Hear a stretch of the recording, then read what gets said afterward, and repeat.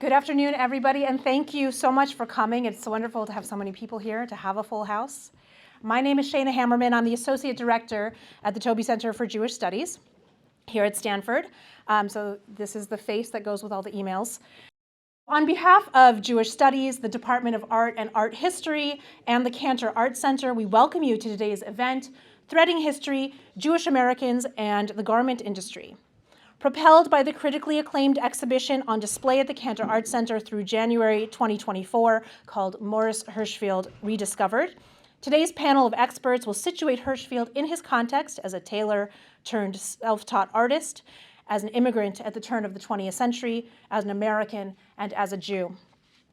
Pulling together the threads, if you'll allow the metaphor, of art history, labor history, urban history, the histories of immigration and industry, of material culture, and the intangibles of human experience, this panel captures the work that Jewish Studies aims to do. The patchwork of disciplines come together to form a rich tapestry full of context, art, and personality. It is my pleasure to introduce today's speakers. I begin with Hasia Diner, Professor Emerita at the Departments of History and the Skirball Department of Hebrew and Judaic Studies at New York University, and Director of the Goldstein-Gorin Center for American Jewish History. Among her many books, I'll mention a few that were indispensable to my own scholarship: The Jews of the United States, 1654 to 2000, We Remember with Reverence and Love, American Jews and the Myth of Silence After the Holocaust, and Lower East Side Memories, A Jewish Place in America. She recently co-edited the volume Immigration and American History, and her newest monograph, Hungering for America, Italian, Irish, and Jewish Foodways in the Age of Migration, will be published this summer. She's an elected member of both the Society of American Historians and the American Academy of Jewish Research, and was previously a Guggenheim Fellow. Welcome, Hasia. Gabriel Goldstein is the Interim Director and Chief Curator at Yeshiva University Museum at the Center for Jewish History in New York. He's also served in consultant curatorial roles with many institutions, including the Capitol Jewish Museum in DC, the Claims Conference, the National Archives, and the North Carolina Museum of Art. Gabe has also worked at the Jewish Museum in New York and the Royal Ontario Museum in Toronto. He served as the curator of the award-winning Yeshiva University Museum exhibition, A Perfect Fit, The Garment Industry and American Jewry, 1860 to 1960, and was the co-editor and a contributor to the companion multi-author volume. Finally, Richard Meyer, who conceived of today's program many months ago, is Robert and Ruth Halperin Professor in Art History at Stanford, where he teaches courses on 20th century American art, curatorial history and practice, and gender and sexuality studies. Meyer's newly published book, Master of the Two Left Feet, Morris Hirshfield Rediscovered, is a study of a Brooklyn tailor and slipper maker who, against all odds, achieved international recognition as a self-taught painter in the 1940s. Coinciding with the book's publication, a Hirshfield retrospective curated by Meyer premiered at the American Folk Art Museum in New York and is currently on display at the Cantor Arts Center at Stanford. Most recently, Meyer submitted an amicus brief to the U.S. Supreme Court for a case regarding Andy Warhol and fair use, and wrote an op-ed for the New York Times disagreeing with the court's decision. We'll hear first from Richard, then Hasia, and then Gabe. And I thank you all for coming, and thank you so much to our panelists.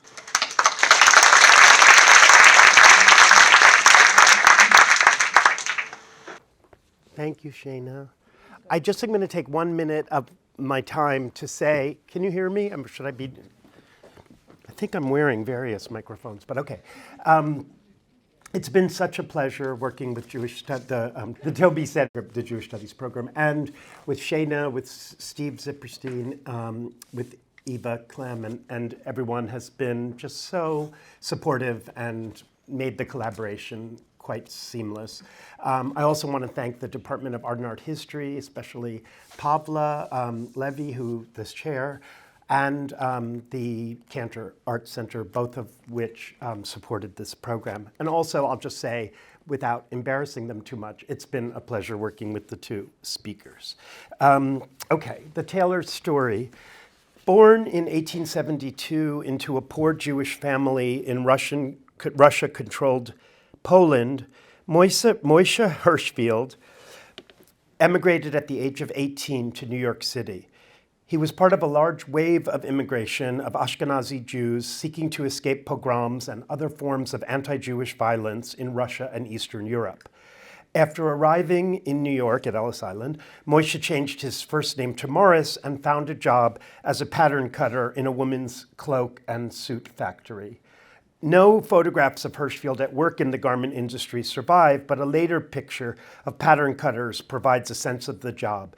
Using an electric rotary cutter, which would have been a relatively new invention in 1890 when Hirshfield arrived in New York, workers cut into a stack of fabric onto which a layer of tracing paper was placed.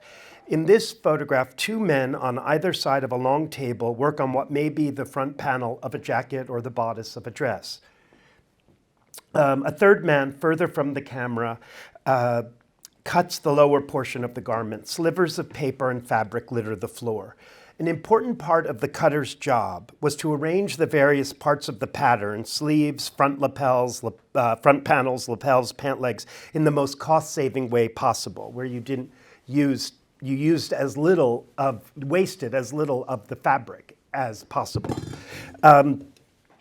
The pieces of the pattern had to be fit together, jigsaw puzzle-like, to ensure the greatest number of garments were produced from the least material. The reason I'm kind of touching on or pausing on this is because this idea of fitting discrete pieces into an all-over composition will be a practice that will recur in a moment and a few decades later in Hirshfield's life. He worked his way up through the garment industry. He became a tailor and then eventually opened a retail store, women's cloaks and suits, with his brother Abraham in Brooklyn. And that store, called Hirshfield Brothers, although it survived by my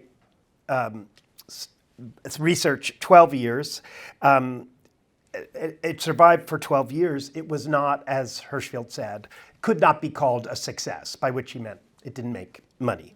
So he retired from or stopped being in the garment industry and somehow, I have no idea how, reinvented himself as a foot care and wear specialist. He started a company called EZ Walk Company, manufacturing the letters E and Z.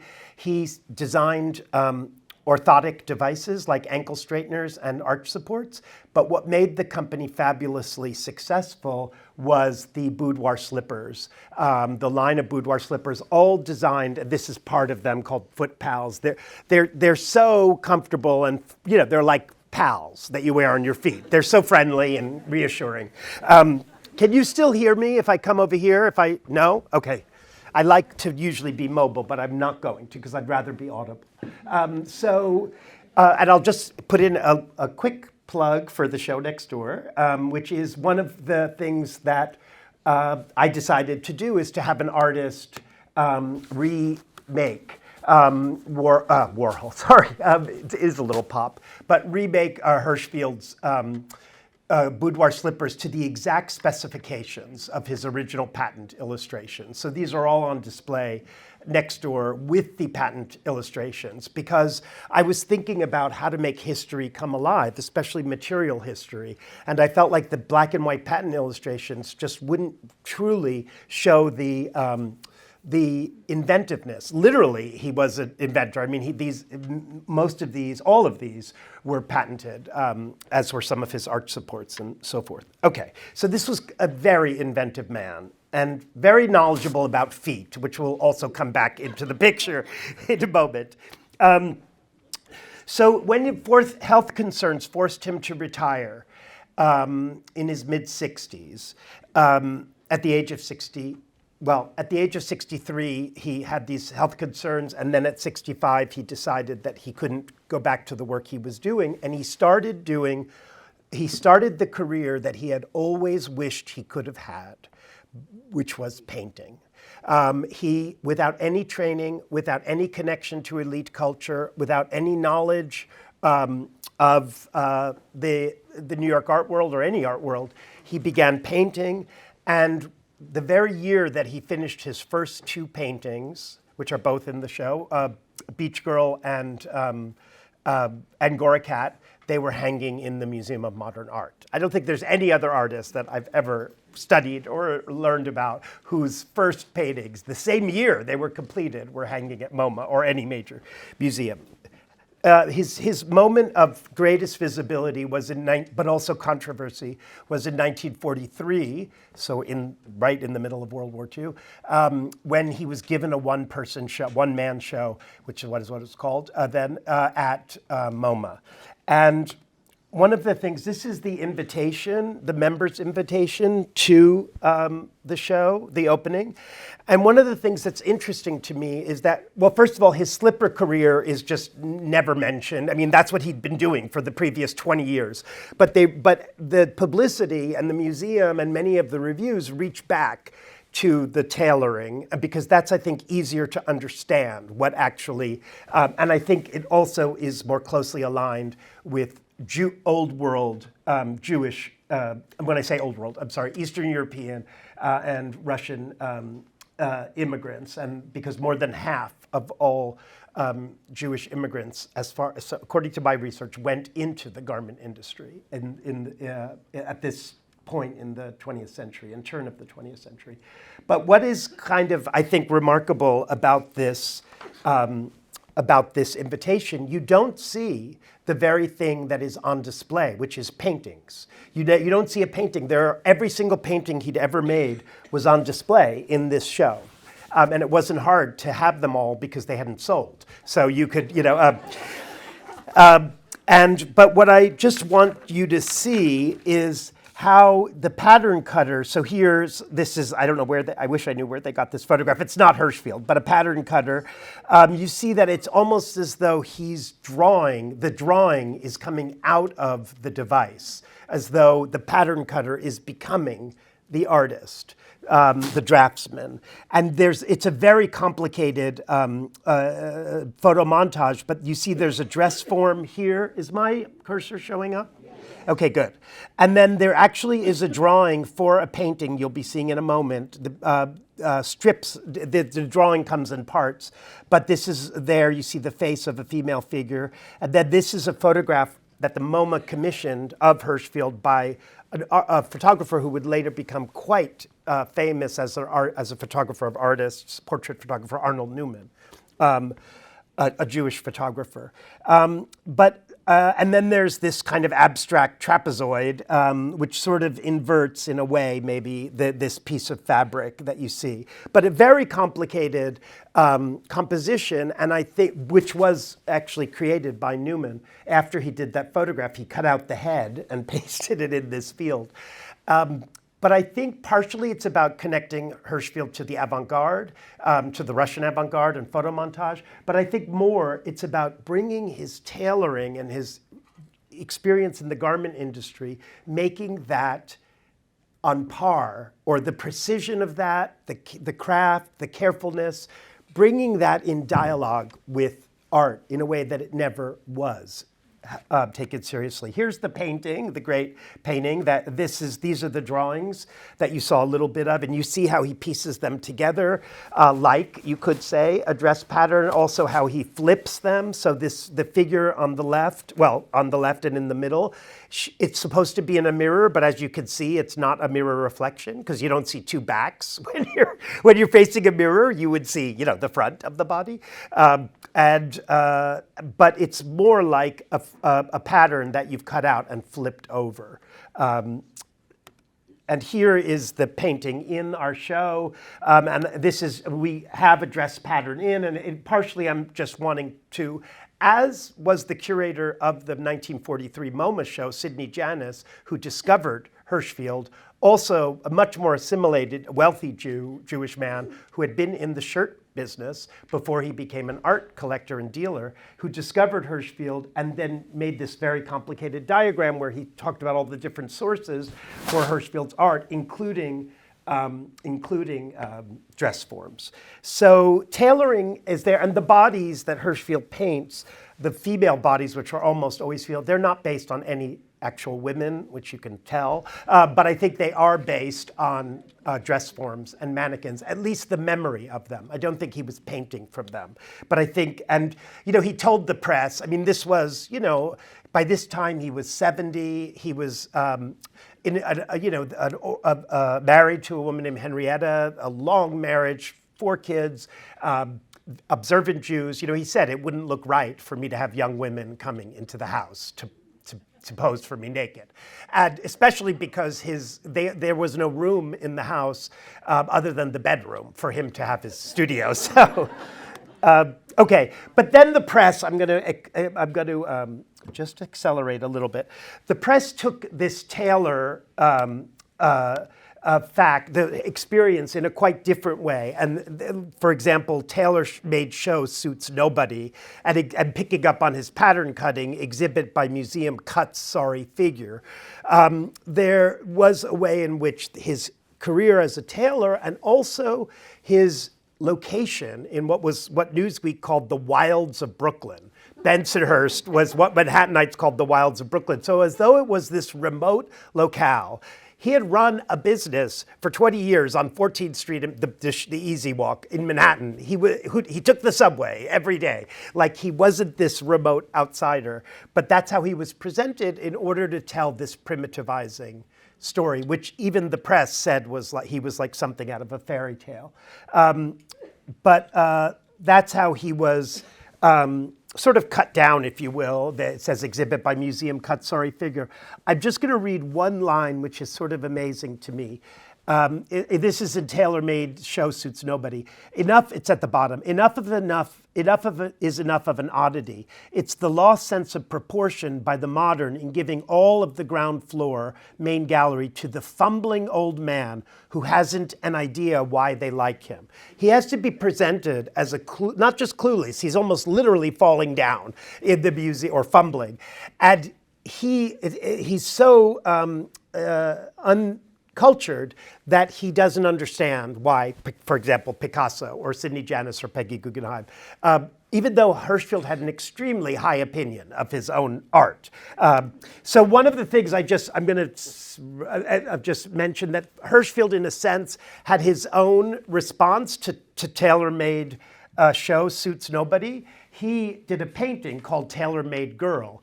Before, it was his third painting. And I'm not going to describe it except to just say that you'll notice how this tiny plant and the vase or the pot that it's in, they sort of complete. They're sort of accessories to the suit. And the ring in the bottom of the planter kind of continues the lapels, and the bottom of the planter is perfectly placed to sort of pick up on the inverted triangles of the pockets. So he's tailoring not just the suit, but he's tailoring the whole painting, which is exactly, he was very insistent that this particular painting be exactly symmetrical except for the plant, perhaps. And the hair is, because it's so coiled and intricate. Okay, so I'm going to end with the question of Jewishness and of the former tailor turned painter.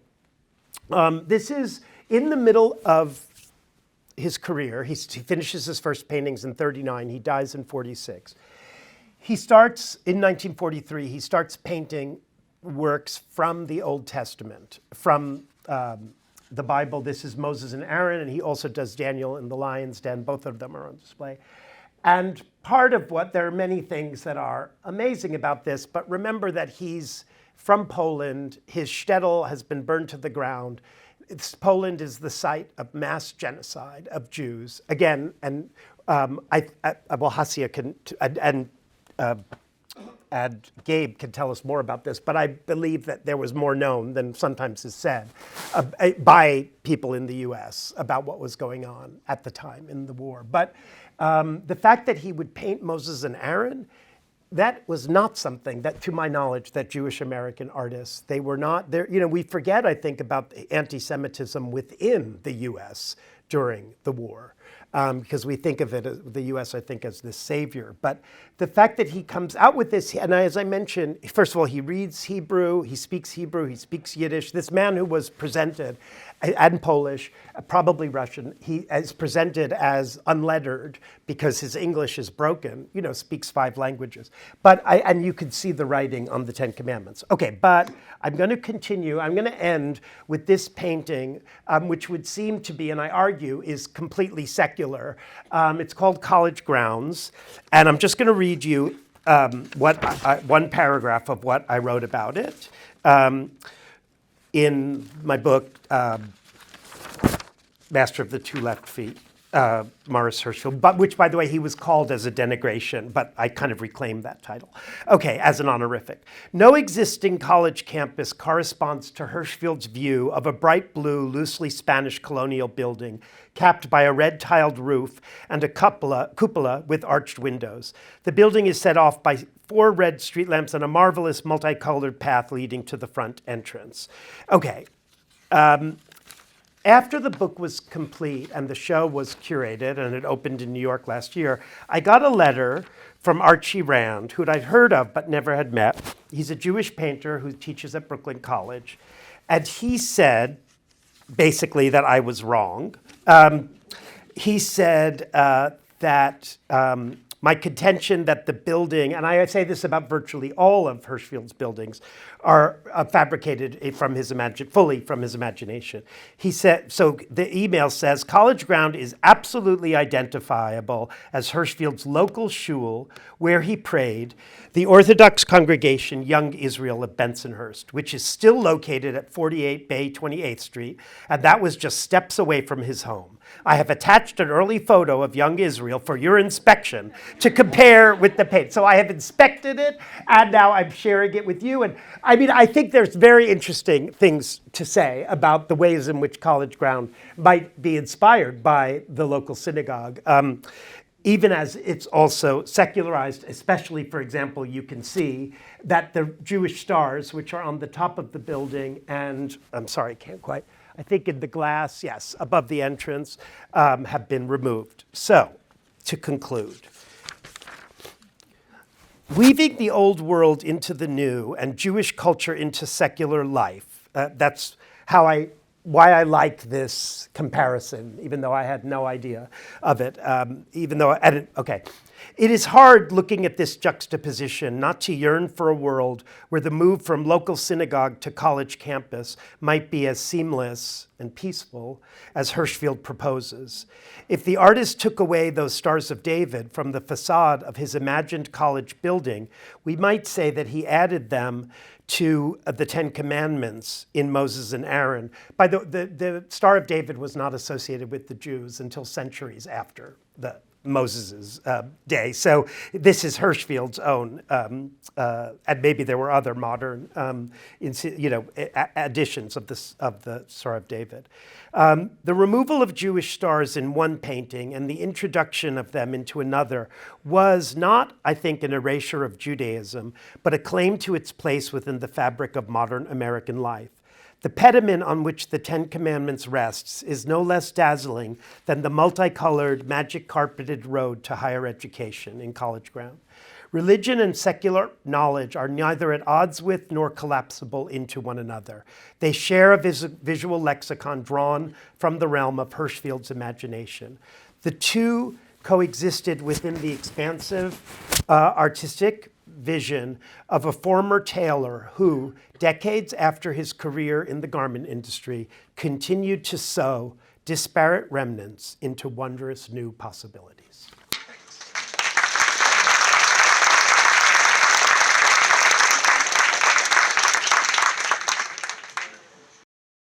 Well, first, thank you. That was just amazing. And I want to thank everybody from the Center for Jewish Studies who invited me here, and really it's been a pleasure working with you over the last couple months. So before my talk, I do want to say that this exhibit, which you are about to see, has a very special place in my heart because I actually stumbled upon it last year at the Folk Arts Museum in New York. I was early for a production at Lincoln Center, and I thought, well, let me go into the Folk Arts Museum and see what's going on there.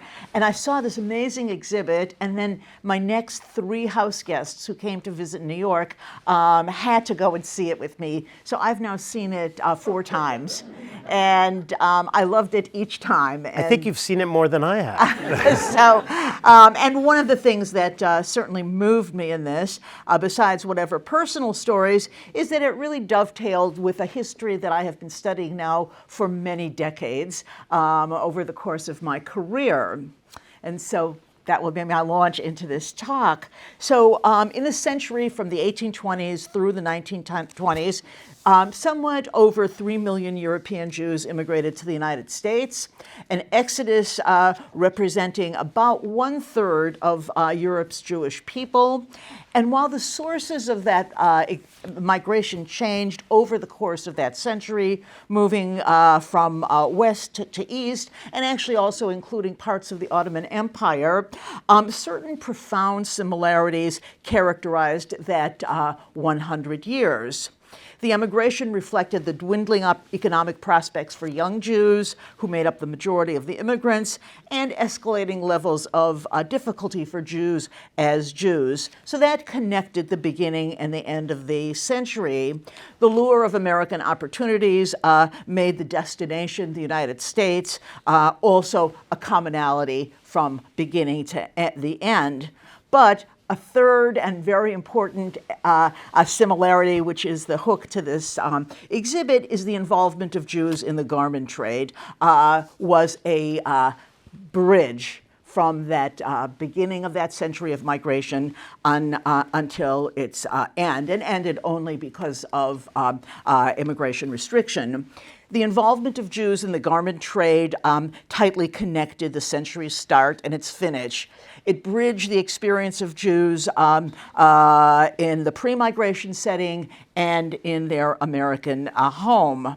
While the industry went through tremendous changes, which is what I'm going to talk about, in that the course of those decades, it remained a crucial factor in the Jewish economy and in the Jews' lived life in the United States. Now, just as a kind of bit of background, Jews had been involved with the making and the distribution of clothing for centuries in Europe and indeed in the Ottoman Empire. Jewish tailors, for going back to the early modern period, worked with the finest fabrics and with the coarsest fabrics. Some of them gathered rags and discarded pieces of clothing, transforming these bits and pieces of rags into wearable garments for the poor, while some Jews at the top of the Jewish economy imported very expensive and exotic fabrics to be made into garments for the very wealthy, both Jews and non-Jews. Wherever Jews lived, over, again, half a millennium, if not longer, Jews and garment making went together. The Jews' experience in garment making before migration then linked their history across time and space, helping to bring them to the United States. Likewise, the need and desire, okay, and I want to emphasize desire as well as need, of Americans for clothing in turn helped stimulate the Jewish migration and made the lure of America particularly salient for them. Now, I want to begin with, again, the 1820s, 1830s in this migration and garment making stories. So despite the fact that most American women did their own sewing before the Civil War, opportunities to make a living in the garment trades beckoned European Jews as early as the 1820s. Jewish entrepreneurs, mostly from the various states of various German-speaking states, came to the United States and filled a niche within the American economy. They made and sold caps, hoop skirts, clothes, and other kinds of garments. We have many, many biographies of American Jews in the pre-Civil War period who were the makers of these items. They produced these garments and they made them. In the 1830s, for example, the clustering of Jews in the city's secondhand clothing trade caught the attention of a British traveler who had come to New York, and he noticed how in New York's Chatham Street, which is now approximately where Chinatown is, was a kind of Jewish zone, a Jewish clothing zone. And here's this British traveler. Quote, "The inhabitants of this street," meaning Chatham Street, the owners of these slop shops, and they were called slop shops, consisted of, and here's his quote, obviously this would not be my language, they consisted of the tribe of Judah, as anybody might be satisfied by going into their shops, as well as on account of their dealings as their long beards, which reached to the bottom of their waists. In pre-Civil War America, an inextricable relationship connected the selling of clothes by Jews and the making of them, with Jewish peddlers and other itinerant merchants functioning as the middlemen. These peddlers traveled country roads and city streets, selling old clothing, and also, again, as they had in Europe, collecting rags that could be reused as garments for the city's poor. A lively trade, for example, flourished between Chatham Street slop shops and the Jewish tailors, and the clothes then sold by Jewish peddlers in the South to plantations, clothes that ended up on the backs of the enslaved.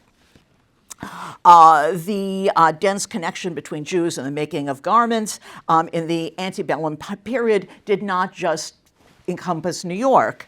In medium-sized cities and small towns, the Jewish garment nexus flourished. Just a couple examples. Of Indianapolis's clothing establishments in 1860, 70% lay in the hands of Jewish hands, while a local newspaper in Johnstown, Pennsylvania of that same decade reported that not a single clothing dealer was a Christian. In Poughkeepsie, New York, and I could give these statistics for probably every city and town in the United States. In 1850, in Poughkeepsie, New York, a tailoring and clothing establishment serviced the local population. Eight such tailoring and clothing shops existed. 8 of them, Jews owned 6 of them. So too in Milwaukee, San Francisco, St. Louis, Columbus, Ohio, nearly everywhere that immigrant Jews lived, and nearly every place that American Jewish historians have studied their experience, they met their American neighbors by filling their sartorial needs. Now, 2 events absolutely revolutionized the garment industry and the relationship between Jews and garment making. Events that have nothing to do with the Jews per se. The first one was the invention of the sewing machine in 1846, and then the other, the Civil War. The first dramatically increased the speed at which garments could be sewn. A tailor could buy a few of these sewing machines, hire a few workers, find a space in which they could do their sewing, and grow the number of dresses or shirts that he, and sometimes she, could make and then sell. The New York Tribune, recognizing the power of this new machine to change social practice, uttered a prophecy in 1859. The needle will soon be consigned to oblivion. I don't sew, so for me that certainly happened. So the needle will soon be consigned to oblivion, like the wheel, the loom, and the knitting needles. The working woman will now work fewer hours and receive greater remuneration. People will dress better, change more often, and altogether grow better looking. And by the way, that's really interesting to parse out because standards of cleanliness actually began to change. And before the 1850s, 1860s, men wore the same shirt. Actually, women had 1 or 2 dresses. That was it. And men who would have to go out to work would have 1 shirt, a couple of shirts, and they would change the collars and the cuffs. and those got laundered, but they wore the same shirt, and that was considered a reasonable sanitary level. It probably was. So again, this accelerated the flow of Jews to the United States because the machines made it possible to make more and more and more clothing. The Civil War followed shortly upon the invention of the sewing machine. The need for uniforms transformed small workshops, which had slowly been cranking out garments into proto-factories, churning out clothing for soldiers. Given the demand, manufacturers came up with a fixed size. The idea that there would be a height, okay, and it would require a certain amount of fabric, and that would be size 10, 12, 14, whatever the particular measure was.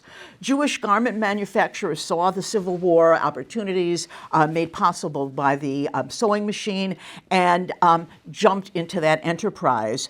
They became, in again, all of those same cities, important manufacturers of uniforms for Civil War soldiers, North and South. The fact that Jewish manufacturers benefited from the need for uniforms did not go unnoticed by some of their critics. Some of their critics agitated by the exigencies of the war. In the heat of wartime emotion, accusations of profiteering were heard all over the country by Jewish garment makers making a profit off of selling uniforms to soldiers. Henry Mack of Cincinnati had been a peddler and then a small-time tailor before the war.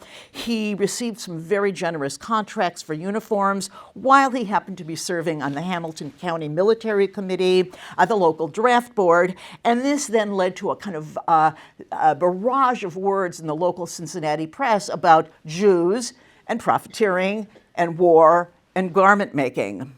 The invention of the sewing machine and the Civil War, to that we want to add, in a way, one more really important factor to this to help us understand, particularly as of the 1870s, why the mass migration from Eastern Europe took off in earnest.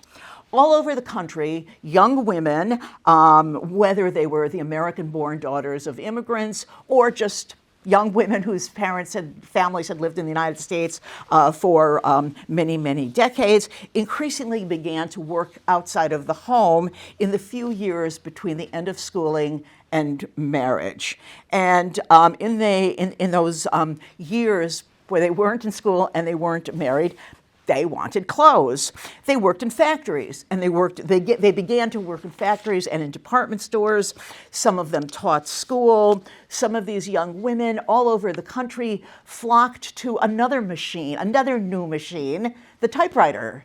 And so they began to work in offices. Okay, and so here are now millions of young women with a certain amount of disposable income, okay, wanting to go out in public and to look pretty good. They needed clothes. Clean and stylish clothing announced their respectability. And since they were no longer sitting at home and sewing with mom, they shopped, okay, and they shopped for clothes. Simultaneously with this development was the birth of the American advertising industry, which stimulated taste for fashion and whetted the appetites of these young women all over for new and modern clothing, further making garment manufacturing big business in America in the last 3 decades of the 19th century. New York emerged as the center of that industry, although Chicago, Boston, Baltimore, Cincinnati, San Francisco, Rochester, Cleveland, and others also produced clothing at a dizzying pace. But New York overshadowed all of them, and it was not surprising that New York overshadowed all of them in the making of clothing, and New York overshadowed all those other places as the destination of Jewish immigrants. Okay, the two converged. Much of the garment manufacturing done in New York and in some of these other cities as well were initially done in apartment workshops known as sweatshops. And by the second decade of the 20th century, they moved into new, more modern factories. But it was the Jews' niche in the New York and the American economy. In 1897, 60% of all employed Jews in New York made a living in this field, and 75% of all the workers in New York's garment factory were Jews. Okay, there were obviously 25% of them were others, but 75% were Jews. Most of the employers were Jews who had come to the United States before the 1870s, and some of them fell in the category that we might call German Jews, but indeed by the 1890s, the majority of the employers were not of German background, but were Jews who had come from Lithuania and Poland and Posen, but they had come earlier, and so they, having worked themselves in the garment industry, had acquired just enough capital to be able to open their own workshops and employ others. Now, one of the most notable characteristics of the garment trade, besides its high Jewish concentration as employees and employers, was the relatively small amount of capital it took to open a business. Most of the contractors in the garment industry and the sweatshops were relatively recent immigrants who themselves had once worked as sweatshop workers, saved their money, and rented an apartment and brought in the workers. It's always one of the interesting notes when commentators of one kind or another make note of the 1911 Triangle Shirtwaist Fire. And it is important to keep in mind that the two owners of Triangle were both East European Jewish immigrants. Okay, so it wasn't kind of outsiders who were employing these young women, locking the doors from the outside. It was other Jews. The contractors, the owners of the factory, worked often when it was a sweatshop in the same space with the operators and hopefully made a profit. So this low capitalization made the garment field very different from most other industries in the United States. The fluid line between the workers and the employers and the low level of the small amount of money needed to go into business for oneself. And I always put that in quotes because nobody works for themselves. They always have employees, they have others, they have customers and so on. But the small amount of money needed to go into business and work from oneself made it a very unique niche in the American economy. The uniqueness of the garment industry was compounded by the issues of gender. And it was one of the few spots in the American industrial economy where women and men overlapped in jobs and in workrooms. While there were certain parts of the operation that only men did, cutting the garments and then pressing the garments, the vast majority of workers were sewing machine operators, and men and women sat next to each other sewing the exact same garments and involved in the exact same process. The men obviously earned more. For sure they earned more. They had greater chances for mobility. They faced no sexual harassment, and most worked at it for a lifetime. But it's still, the fact that women worked in that field was extremely formative for the Jewish migration. It had an impact on the migration itself because young Jewish women from Eastern Europe knew that they could come to the United States and get a job immediately, even with no skills. It meant that when family migrations began, fathers brought daughters just as likely as they brought sons, and single women, a solo Jewish young woman, was as likely to migrate as a solo, not quite as often, but was likely to migrate on her own because she knew she could get work immediately in this very distinctive place in the economy. So too the garment industry's Jewishness was sui generis. Jews dominated the field from the top to the bottom. The only non-Jews involved were essentially the customers. From the manufacturers to the contractors to the laborers, they were nearly all Jews. Okay. Now this had multiple implications for the continued immigration of Jews to the United States into the 1920s and for the development of Jewish community life in America. First, it was a matter of exquisite timing, the confluence of the time and place.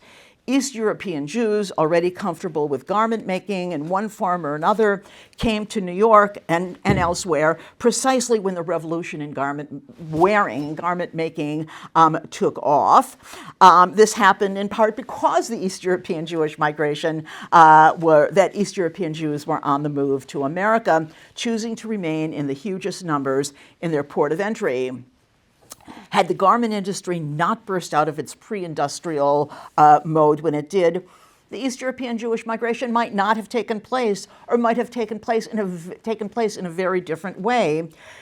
Conversely, if the East European Jewish migration to the United States had not taken place when it did, the revolution in garment making might not have taken place. So the two were calibrated with each other. But these two phenomena converged. 2.5 million East European Jews chose to come to America after the 1870s. Vast numbers spent their whole working lives in this particular place in the American economy. Here they worked primarily for and with other Jews. Employers, fellow Jews, had much in common with the workers. The employers, for one, provided a model for the workers. They provided a model of mobility. The fact that he, the employer, was also an immigrant Jew and had made it from worker to boss gave workers a sense that they too might be able to make that leap from being somebody's employee to becoming somebody else's employer. They could aspire to self-employment.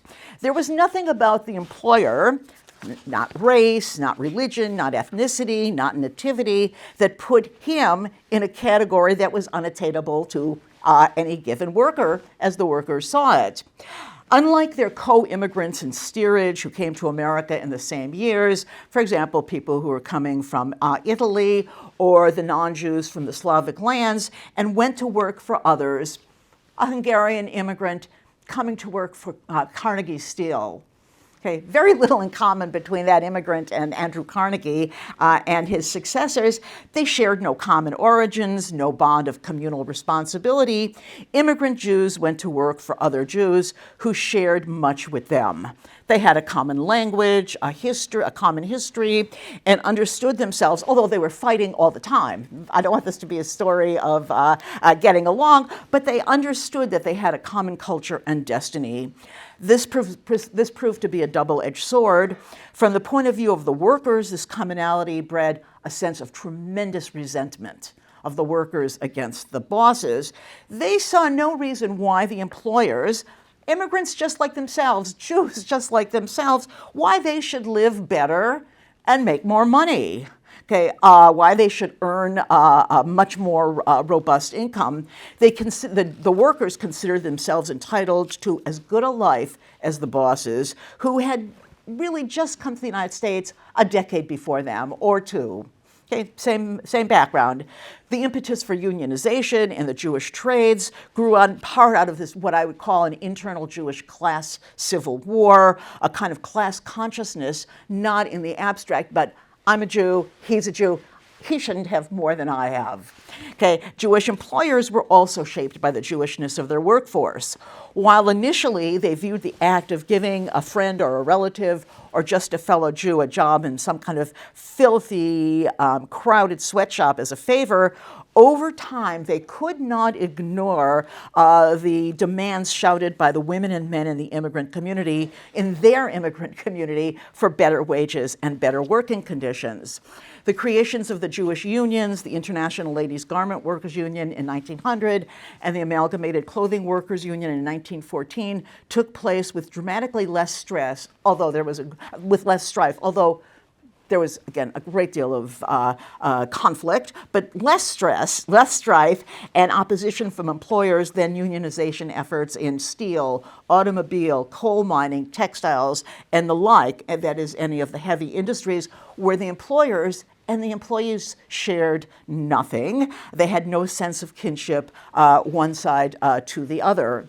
The dramatic strike in 1909 of the shirtwaist industry, known in labor history, one of its most dramatic and romantic chapters, the uprising of the 20,000, which was referring to the 20,000 Jewish women okay, with Jewish women's shirtwaist makers who went out on strike, was resolved ultimately by the intervention of the leadership of the American Jewish community, Jacob Schiff, Louis Marshall, Louis Brandeis, Henry Moskowitz, Abraham Lincoln Filene, and Julius Cohn, who brought pressure upon the Jewish manufacturers to agree to mediation with the strikers. This communal elite told the employers that by not settling with the employees, they would foster anti-Semitism. So while there were many important differences between the beginning and the end of the century, garment making was the thread that ran through them all. Despite whatever differences existed, that history of Jews in garment making pointed to the centrality of that industry in Jewish life, and it became Jewish history. Thank you.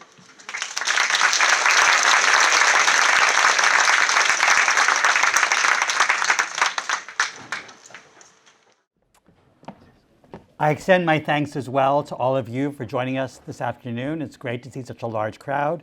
And to the organizers of this panel and to my participants, it's a great pleasure to talk with you this afternoon. I'm going to try to give you a very rapid visual review of a century of the connections between American Jewry and the American garment industry.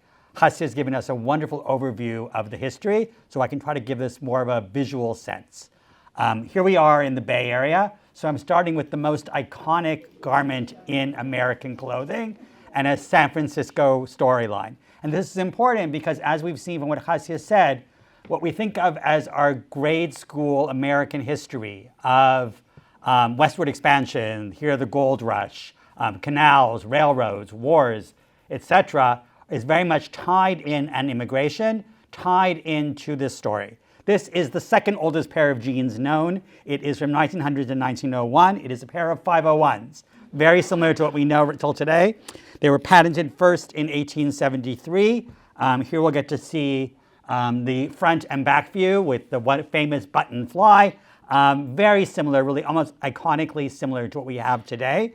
And it's really important to note that Levi and Strauss was a partnership between two Jewish merchants, or one was a tailor, one was a dry good merchant, and those connections between tailoring, manufacturing, and retail are crucial throughout the entire story over beyond the century and beyond.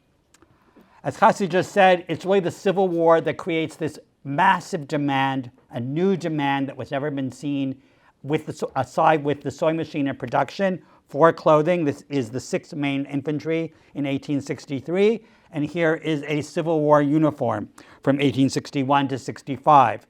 This created a huge need for clothing manufacture and opportunities. And for example, the Feshheimer family in Cincinnati. Cincinnati is a great center of Jewish life in this period and connected to railroad and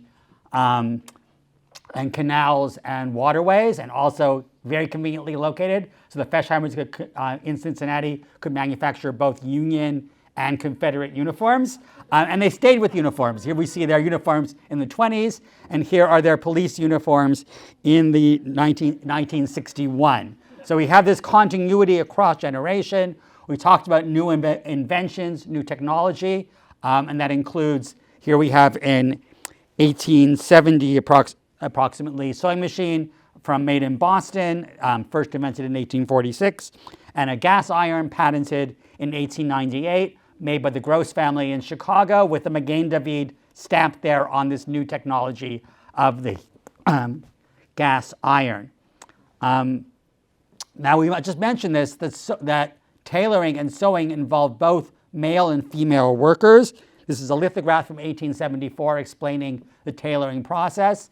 It involves some handwork. Those are tailors at the window sewing by hand, but most of the work is being done by those women who are the sewing machine operators. Much of what I'm going to discuss is based on the exhibition project I heard mentioned before, A Perfect Fit, The Garment Industry in American Jewry, 1860 to 1960. One of our first sections looked at the differences between dressing men, as we have here, and dressing women. Seems kind of obvious to all of us, but the codes through today of what are appropriate dress by gender really define the industry, define how we define ourselves, how we clothe ourselves, how we manufacture those clothing. And in this period of the late 19th century and early 20th century, as we just heard, there are many new opportunities, new technology, new opportunities for women that create new opportunities in clothing manufacture and clothing wearing. So we have here, for example, clothing made, dusters made to wear while motoring, or that shocking bifurcated skirt, a skirt which is actually kind of like a pair of pants a woman could wear while riding a bicycle, which was a shocking new opportunity for women, as were these new commercial opportunities as typists, sewing machine operators, telephone operators, etc. Now, this is a factory in Rochester for 1910 to manufacture menswear. Menswear, and we all know this, men's styles don't evolve so quickly, right? Men will wear the same suits over and over again, and suits were crucial. This is the Adler Brothers, L. Adler Brothers factory around 1910. The factory was designed by Albert Kahn. Albert Kahn is better known for his design of factories in Detroit for the creating and building cars. And that same Fordist structure, the assembly line, is the structure of creating menswear from the early 20th century and onward. And yet, Adler Brothers wants to promote, this from 1920, that their suits are made by tailors. There is some hand sewing, some involvement of skilled tailors, but lots of it really for menswear throughout this period and onward is really mass manufacture on a Fordist model. That's not the same for women's wear. Men throughout the 20th century, there was a huge demand for respectability through clothing. This demand for we called suiting everyone, a famous Smithsonian exhibition.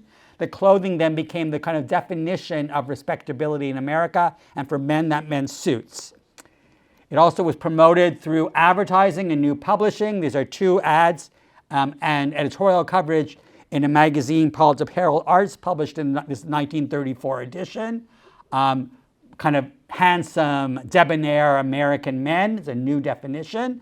And also we see in these publications kind of some conversation quietly of homoeroticism, which has been now newly investigated. Apparel Arts was founded by the Smart brothers and Gingrich, who then went on to found Esquire, a major force in men's fashion, but also a major force in American literature. So these kind of all come together in ways we don't quite expect. Women's wear, it's different. Here we see in 1859, taffeta day dress. This dress would have been made by a dressmaker, custom made. It's a kind of a better dress, and it would be made custom order with an individual seamstress dressmaker. Yet it's only possible because of mass manufacturing, and that's the hoop skirt underneath.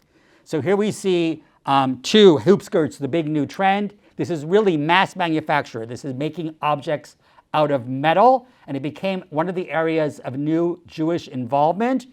Here we see one invoice and a second one, and note that this invoice from the Livingston and Company, this company unusually, but not so unusual we know for hoop skirt manufacturing, was closed on Saturday. And this level of entrepreneurship allowed some individuals in the Jewish community who chose to remain Sabbath observant. Yet we also know that the industry, the garment industry at all of its levels, was one of the major entry points for European and Jewish immigrants to stop observing the Sabbath in America, which caused a great deal of tension. We thought Hasia mentioned this as well. This is also the birth of the department stores. Department stores were frequently founded, we know those names through today, Bloomingdale's, etc., by German-speaking region immigrants in the mid-19th century, but these were new inventions of merchandising. The connections between manufacture and retail across the Jewish community are crucial. Department stores as well as small stores. Department stores also, in most situations, through the 1960s, were manufacturing on site. In the 50s and 60s, manufacturing only high-end, but in earlier periods, manufacturing at all levels. But we also have German immigrants. This is Max Meyer, who comes from Alsace, France, Germany, who was part of a very well-known firm, high-end. He came to America first, I believe, in 1897. At the age of 14, he worked for a major manufacturer named Beller. He literally was sweeping sidewalks, and he quickly moved his way up. No, wrong date. In 1897, he's already sent to Paris to copy French couture to be manufactured in New York. and his designs under Beller were sold by the finest Jewish-owned department stores, Neiman Marcus, etc., with his own label and Beller on the label of the of the department store selling, which was very unusual. Most manufacturer was anonymous, and only the department stores had their names on the product. A famed photograph by Jacob Riis from 1889 of a tenement. This was calling for the hardship of the tenement sweatshop, which was certainly true, but the sweatshop in the home on the Lower East Side, this one's on Ludlow Street, also offered an opportunity for economic growth, for entrepreneurship in the substructure. You could subcontract to produce a small amount of material at home for another manufacturer. It allowed men and women with children to work from the home before COVID, right? Work from home structure. And this offered an opportunity. And we talk about literally that you would have the family's dinner and the irons on the same stovetop in the tenement. Sweatshops were not only kind of home-based, but were also small and mid-sized factories. And workers weren't always oppressed. Here we see smiling, happy workers, workers who are already very well dressed in that shirt, waist, and skirt that Hasia mentioned, the new uniform of the new woman in this period. It also is a major place of socialization for Jewish men and women. And this is important to note. This is another factor of American Jewish life, is American Jewish immigrants met their spouses on their own, as in the first generation. They no longer were fixed up by Yenta, the shadchan, right? We also know the fame of the sewing machine from Fiddler on the Roof, but that's part of this new independence that emerged both for men and for women and for manufacture. Hasia just mentioned the importance of the labor story, which is often the most told story of the garment industry. It certainly was crucial, with Jews involved at every level, Jews as workers, Jews as owners, and Jews as labor leaders. Here we see, and also note that these picketers, these workers, are so finely dressed. Here we see a May Day parade on the left, and the ILGDW, the International Labor Ladies Garment Workers Union. The unions were not separated by gender in terms of membership. They were separated by gender as the type of clothing that was manufactured, because the manufacturing process was totally different for menswear and women's wear. It's a Yiddish language constitution. And note the really fashionable suits of these workers for the Puritan firm owned by the Pruzan family here on May Day in 1916.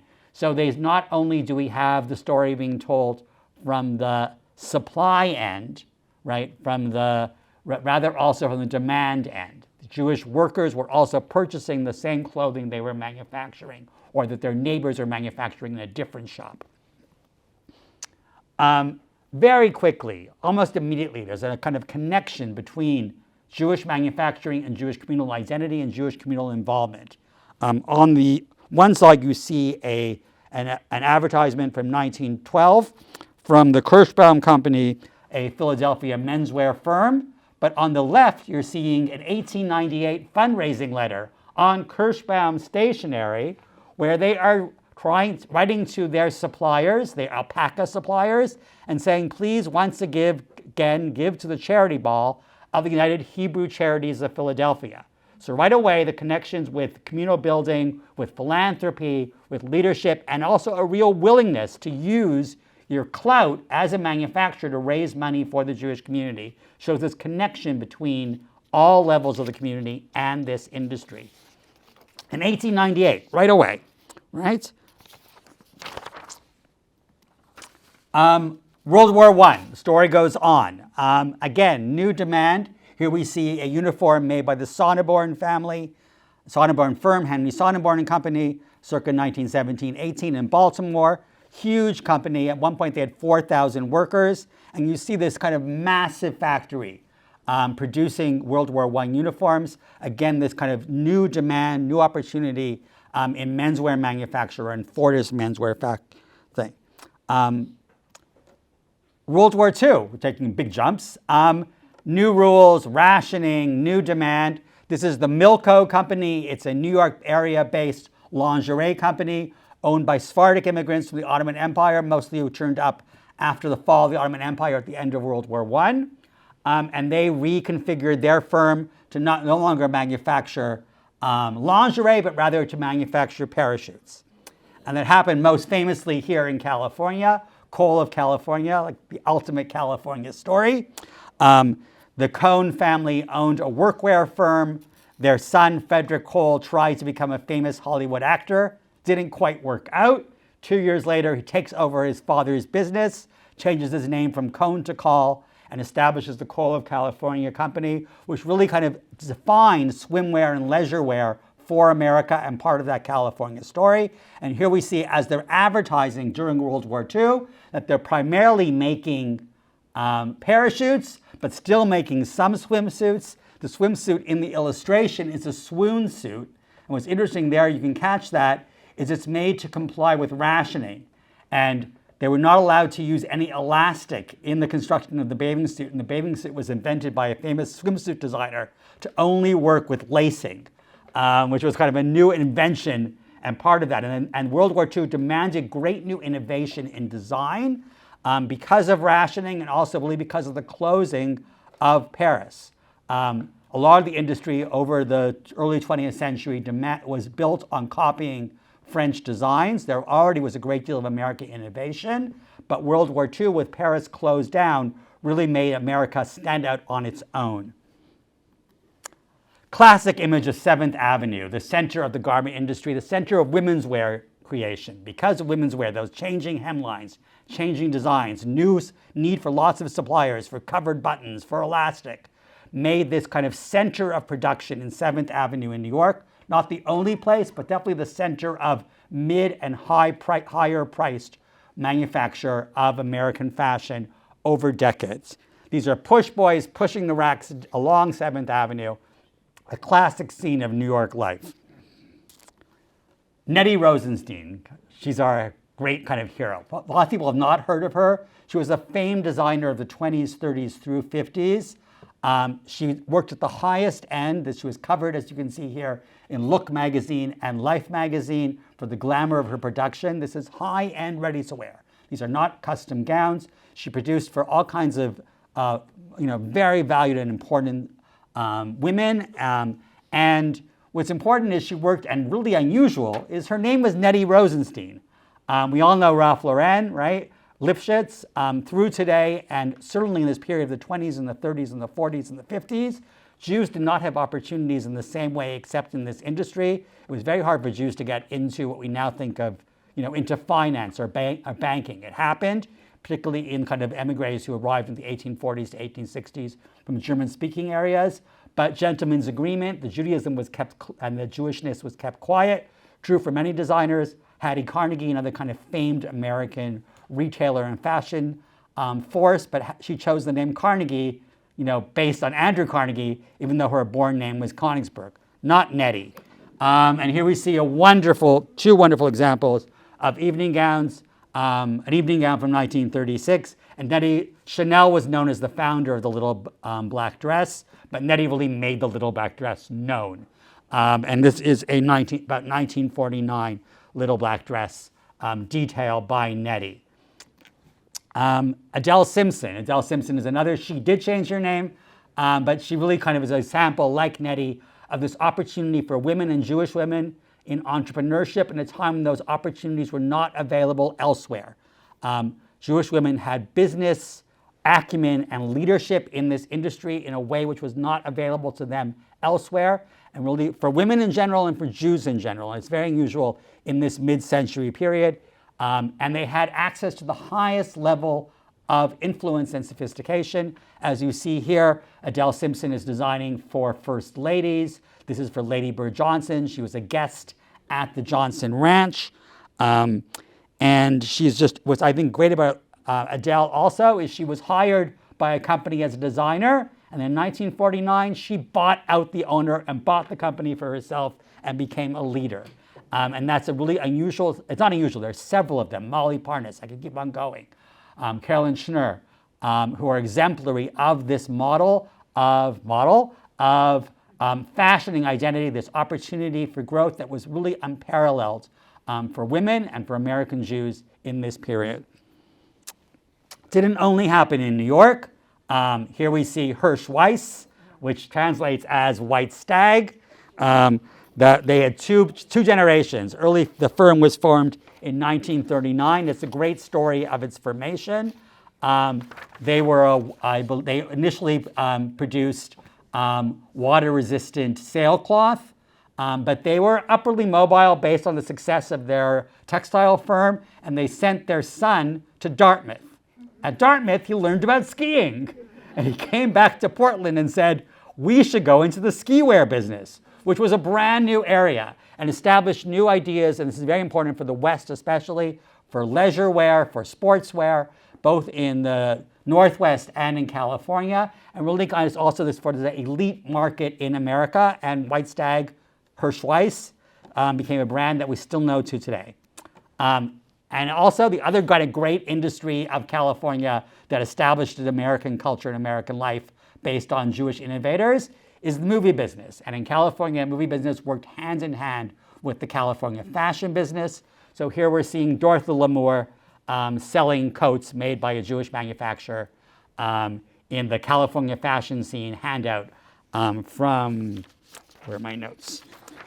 From the mid-20th century, we'll say, and keep on going. More California. Believe it or not, the Rhinestone Cowboy is totally a Jewish invention. This is made by Nudie, one of the three great rodeo country and western tailors, all Eastern European trained tailors. Natalia Kuracheko, I think is his original name. He was a child apprentice as a tailor in Kiev originally. This was made for Roy Rogers, and that's his German Shepherd Bullet. The exhibition featured another area I want to point out called Price to Fit. One of the great things of American fashion, and particularly 7th Avenue, was making great, beautiful clothes available at every price point. Really wonderful clothes made at the mid-market level and beyond, for men, for women, suiting, cotton dresses, the innovation in the use of cotton, and bowling shirts and matching men's sportswear shirts with matching barbecue aprons. Really that notion of how we identify ourselves as Americans through dress, through leisure, through occupation, we're hand in hand with an evolving culture of America and an evolving culture of American Jewish identity. This is one example. This comes from the Western Reserve collection. This is the 8 millionth dress made by this manufacturer in Cleveland and the Bloomfield family. And it just shows they donated the 8 millionth dress to the local historical society, and just suggests the volume of this industry, the volume of demand, the volume of production. It's not only the ties between the Jewish community recognition, and the industry are very deep and are very emotional. So what's happening here? This is at the Abraham and Vlock factory on the first anniversary of the Warsaw Ghetto Uprising. The firm declared 2 minutes of silence, and all of the workers in the firm came outside, and there's a synagogue adjacent, as you see, in this moment of silence and a memorialization of this moment. So the identity personally, the identity nationally, internationally, and the identity through clothing, through industry, and through manufacture, all are really sewn together. That's the only way to say it, right? And that continued. Here we see in 1949, Pierre Hotel, one of the fanciest hotels in New York, having a fundraising dinner, and that fundraising works hand in hand with the industry. There's no separation really between American Jewry and the American garment industry. I tease that every bar mitzvah was a garment industry convention. They're just everyone was working in the business, knew somebody working in the business, and as people emerged in new fields, they worked in this as well. 2 quick stories about Best Form. The foundation of the industry, foundations and underwear, remained really an incredibly Jewish enclave. If anyone has ever read the novel by Herbert Tarr, the rabbi's father owns a company called Treasure Chest. But Best Form was owned by the Bienenfeld family. When we prepared the exhibition, we were doing oral histories, and there were 2 stories that I found very evocative. The first is that the Bienenfeld family were one of the very few manufacturers of Best Form that allowed workers to opt not to work on Saturday. They did have production on Saturday, but workers could decide not. 2 emigre German Viennese women, young women, who came out from Vienna in the Kindertransport, made their way to America. They chose to work for Bienenfeld because they were Shomer Shabbat, they were Sabbath observant. They had never sewn on industrial machines before. They couldn't possibly keep up. And the only way you could stay within the union and be employed was that if you produced enough work per day. They counted. You had to count every garment you made in huge things, and you were given a chit every time you completed a gross of bras. They couldn't keep up. Morris Bienenfeld, the founder of the firm, would come to them secretly behind their station at the sewing machine, and he would give them extra chits so they could stay employed. It's just interesting. It's not how we think of the relationship between worker and labor. Certainly lots of the owners were oppressive. I don't want to pretend otherwise, but there's a really kind of connective tissue between this. The other story is someone else who came to the exhibition told us the story, and we wrote it down. He wrote it down for us in an email. His family owned a small chain of ladies' foundation stores, and they were Best Form stores. Best Form was a branded middle price line, which was a new innovation. And so he remembers the stores, but when he looks at the Best Form box, and what Best Form box meant to him was it really reminded him always of his most favored, delicious aunt's Passover cupcakes. Because she came always, every year, to the family Seder with a Best Form box of cupcakes.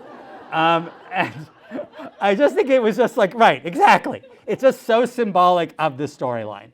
I'm closing back in San Francisco like we started with Levi Strauss. This is Lily Ann, the firm formed by Adolf Schumann, kind of the great coat and suit manufacturer, as you can see, of glamour suiting of the 1950s.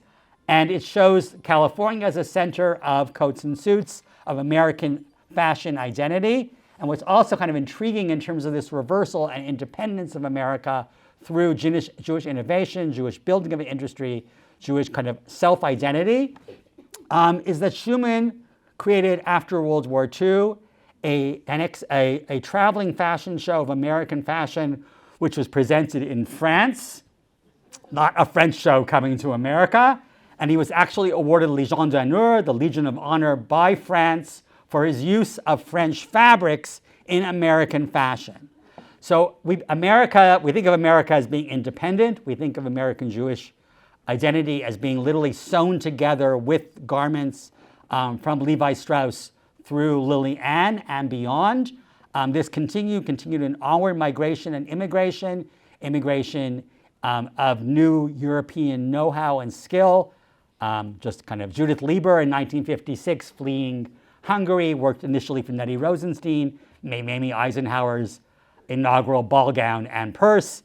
Or I've heard that in that Bob Mackie, all those sewn bugle beads and sequins on Cher and Carol Burnett's gowns were all sewn by 1970s and later Russian Jewish emigres, women coming with skills to Los Angeles. The story continues. It changes greatly. The industry has changed. We have a new global cycle of manufacture. Jews have mostly moved on with these opportunities that were provided from this industry into new areas, though there still is a continuity of Jewish involvement in the industry. This was just a taste, and I know I've spoken really fast, but I hope I've given you a taste of the storyline and the beauty of the fashion.